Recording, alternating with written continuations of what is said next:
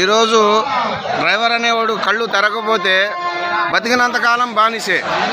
మీరు కూడా స్వచ్ఛందంగా ముందుకు రావాలి. ప్రతి ఒక్కళ్ళు స్టీరింగ్ డౌన్ చేసి ఈ చట్టాన్ని వెనక్కి తీసుకునేదాకా స్టీరింగ్ డౌన్ అనేది ప్రకటించాలి.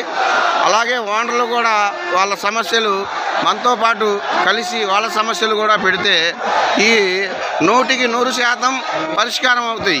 ఇదే దశ అమిత్ షా తీసుకొచ్చాడు, డ్రైవర్ల కళ్ళు తెరిపించాడు, రోడ్డు ఎక్కాము. ఇలాగే ప్రతి ఒక్కళ్ళం రైతులు చేశారు 15 నెలలు అలాగే చేశారు ధర్నాలు.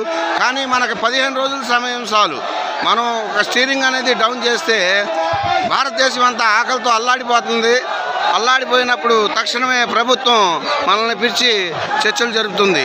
దీన్ని చాలామంది ఈ ధర్నాలని నిర్వీర్యం చేయాలని రాత్రి 12 గంటల వరకు ప్రయత్నించారు.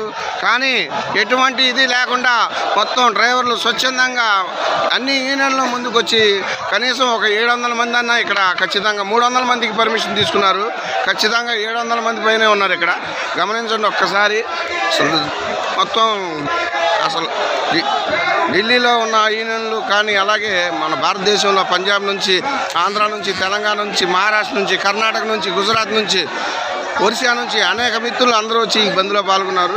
మనం కూడా స్వచ్ఛందంగా ప్రకటిస్తే డ్రైవర్కి ఒక విలువ ఇచ్చినట్టు ఉంటుంది, లేదా డ్రైవర్ ఉద్యోగానికే మనం ద్రోహం చేసినట్టు ఉంటుంది. మిత్రులందరూ గమనించండి. ఇట్లు మీ మక్బూల్, ఢిల్లీ నుంచి.